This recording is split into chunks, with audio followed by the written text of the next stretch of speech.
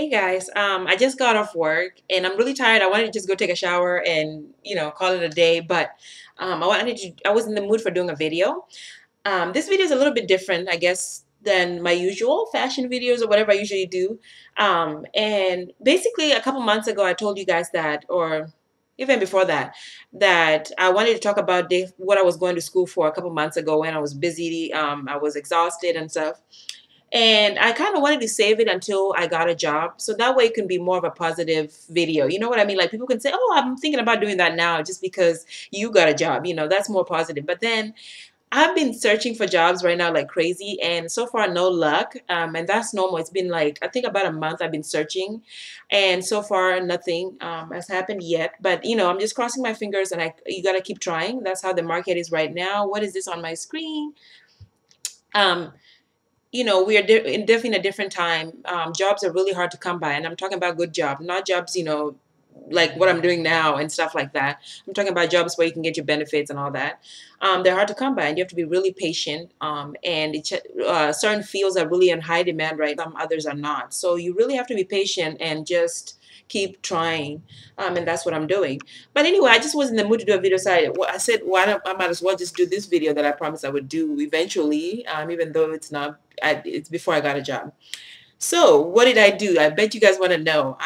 So a couple months ago, I was doing a medical assisting program, and I'm basically certified.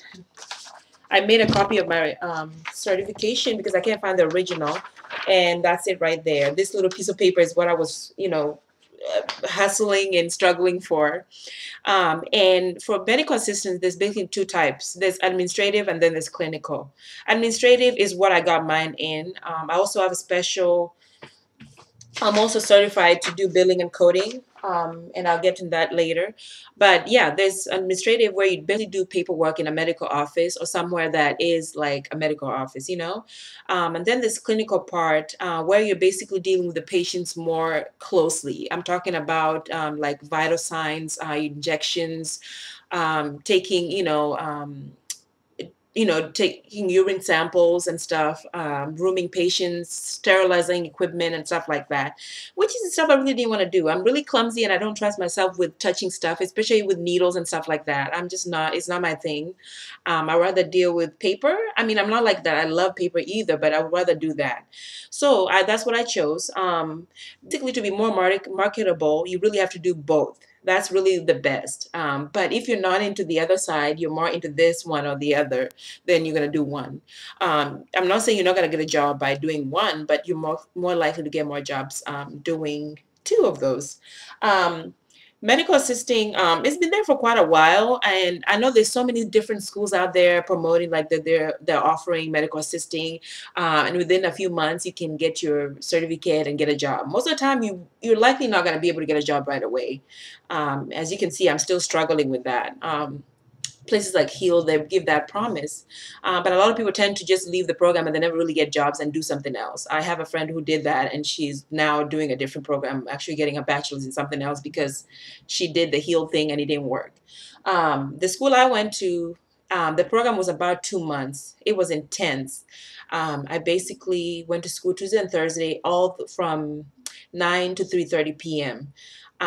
There was test, homework every week. Basically, every Tuesday and Thursday we had a test, homework due. We had lab work to do and stuff like that. So it was really intense for that reason.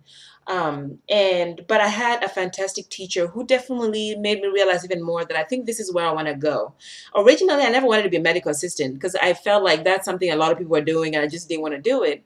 But my boyfriend's co-worker's daughter actually did the program and she was kind of like job hunting and describing, like talking to my boyfriend about the stuff that the daughter does and stuff like that.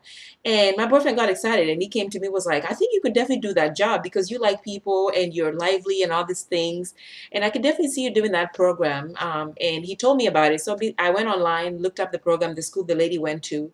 And the school was actually like 10 minutes away from my boyfriend's house. So that was kind of funny too. Um, I got the information, tuition, stuff like that, like counseling, whatever they offer. And it looked interesting. I called several times, talked to the counselors to find out what I need to do, what are my chances of getting a job, if I do the program and stuff like that, blah, blah, blah.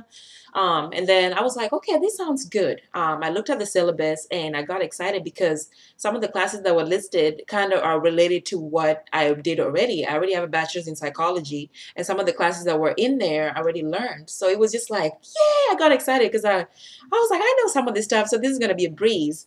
So that was one of the reasons it was a breeze. The classes really they were long, but they were not hard, because if you already went to school and you're doing another thing, it kind of, you get in the flow of things. Like, I'm always the type of person who does their things ahead of time and studies. So I definitely did that. And I really was getting A's. I was an A student in the class because the class was a breeze for me. Especially when it comes to like things like HIPAA and OSHA, all those different things that do, um, so it was a breeze for me in that way. And then my teacher was just so awesome because of her personality, and she just made me realize that I think this is something I really want to do. Now it's not the last stop. I'm definitely not going to be saying, "Oh, I'm going to be a medical assistant. That's the end," because medical assistants really don't make that much. From what I've looked online, it seems like it's about $13 to like maybe 17 an hour for the most, and that's really not that much. I thought about nursing, and I took anatomy and one other class, and I just lost interest in it. And then also the wait, because we have a lottery system in California where you have to wait, and put your name somewhere on Lord knows where, and wait. After you do all your prerequisites and all that stuff, you have to wait. And I was like, man, I'm old, okay, and I don't have time to be waiting and trying to get a career, because I was like, I need something to get it started. So when I say it's not the end all, I'm definitely going to be getting a second bachelor's in something else, and hopefully, I mean, people are really telling me the best thing to do is to get a master's in this thing that I will not talk about yet, to really get your foot in the door, through maybe a medical assisting or working in a medical office, and then later do something else with a master's or bachelor's and all that stuff. So I'm thinking I have to go back to school, and definitely for me to be more marketable and to have a better, just to get a way better career than what I'm going to start with. So people have told me that, so I'm thinking about that. Um, yeah, medical assisting is growing, but I think that if you want to do it, you definitely have to think about doing something else with it. Don't just stop at one thing and like, oh, I'm done, unless you're satisfied with that. But most of the income is not that much that you can survive on, especially living in California. You cannot make it with that, really. Yeah. So I did. Medical terminology, and then billing and coding a little bit. And that's what I have a certification for. I'm not NHA certified, which is basically certification that's national. I've just ordered the study guide. I will be doing that, and then I can get certified nationally, so that if I do move somewhere else in the US, I could work there as well. With this one, I can only basically work in California, which is kind of limited because you never know what the future might be. Um, so I'm doing the study guide for that. Medical assisting for me, I really enjoyed the classes, and it was a breeze. I enjoyed medical terminology, which is basically breaking down words. Like you take one long word that you might see somewhere and say, "Oh my God, what the hell is this?" The minute you break it down, and you know exactly what it is and how you go backwards to figure out what something is. Um, let's see. So yeah, medical terminology. Billing and coding is basically, they have these codes that a lot of, or almost all hospitals use to basically bill you for their services. They don't just say, well, this person came in for surgery and they type surgery. They actually have a surgery and the different types of surgeries, and there's numbers that are attached to basically how much you're going to get charged. So that's what I also did a little bit. I didn't enjoy it as much because it was more quieter. It's kind of like a lot of numbers and trying to figure out what code to use for what, and I didn't really enjoy that part. But so I'll think about it, because with this program you could pay a little bit more, take the exam for that, and get certified for that. So right now I'm just kind of like a specialist, kind of, but I'm not really certified to really do it. A lot of people who like to be quiet and sit in the office somewhere putting codes into and billing people and checking claim forms and all that is not my thing, so I don't think I'll be doing that. Um, yeah, so overall the classes were really easy. If you have gone to college before, or you've gone to another school, it should be a breeze. I had a lady who said she had trouble with medical terminology. I didn't really have that problem. This video might be long, you guys, just a warning. Um, So yeah, right now I'm searching for jobs. Basically, my title would be a medical administrative assistant, front desk, medical receptionist, things like that. That's what I'm searching for. And so far, there's a lot of openings, but I've noticed that a lot of them require like more of a clinical administrative person. So it's kind of holding me back a little bit, but it's just a matter of getting creative.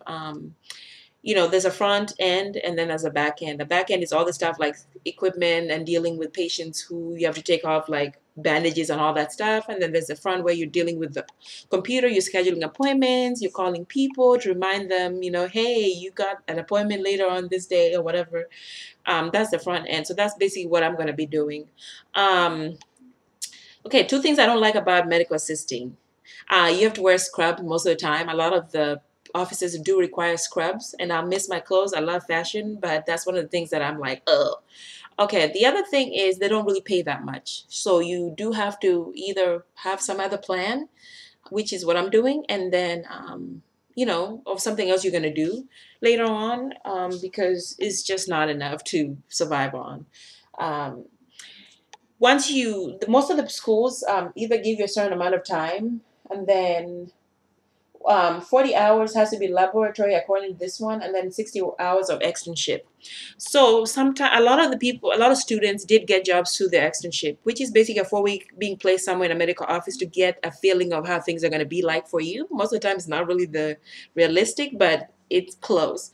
I had my externship, and I really, really did not have a good experience. I wanted to leave there. I was counting like a calendar in my head, just counting the days, because the place was really not professional to me. I didn't feel like I learned anything. It was too crowded, but it was too late by the time I wanted to tell somebody, the counselor, that I wanted to leave.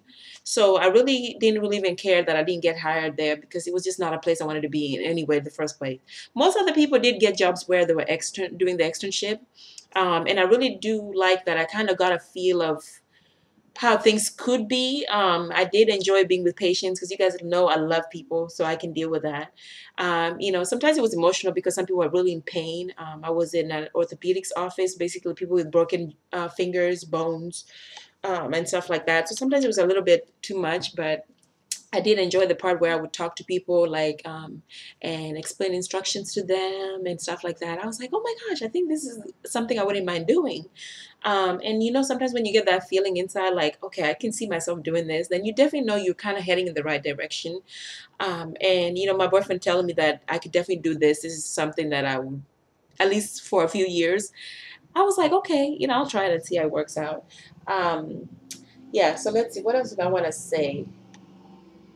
Yeah, the programs are really, really intense, and they're kind of short, but you really have to be disciplined because if you're behind, it becomes really difficult. Because we had a final test that was basically everything that we had learned crammed into like one, and most people that were kind of not catching up, like my whole class, like there was like two A's, which was me and another student, and like all B's and mostly one C, I think, or two C's. So most people were passing. It's not a hard program to be in. The clinical part of it, I don't think I would enjoy because you do have to do some things that like um, learn how to take blood pressure and all that those stuff. I think, and I don't think I would have fun with those. I'm not a hands-on kind of person. I kind of learn by reading and you know, I by just I don't know how to explain it. Like I don't really learn by doing something. I kind of learn by watching somebody else do it or something like that.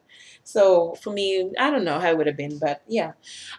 So right now, job hunting, and then that's really been the toughest one. And just trying to be creative in how I go about this. But once you get your foot in the door working at some medical office to get that experience, a lot of people are likely to hire you the next time around, or somewhere else that you do apply.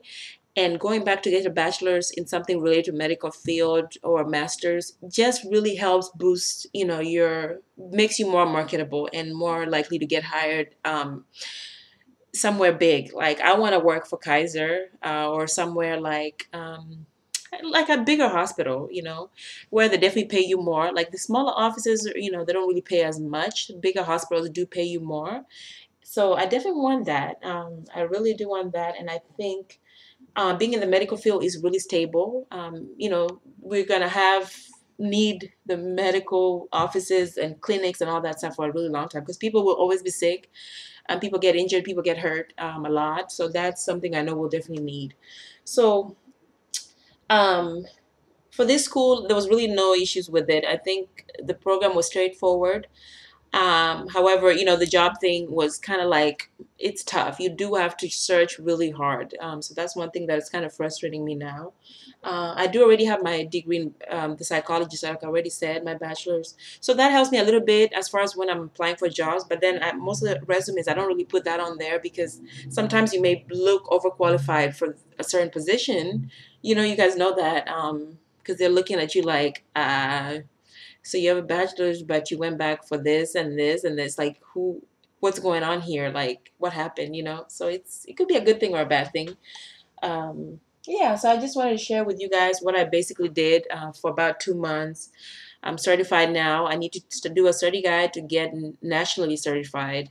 And then once I do that, I'm definitely going back to school, second bachelor's, and I have to think really hard about a master's. I don't know something with a medical field. I have to figure that out. But right now, I'm like, I need to get a job so that I can start getting myself in a place where I can either maybe get a promotion or be able to, work while I go to school and get something else.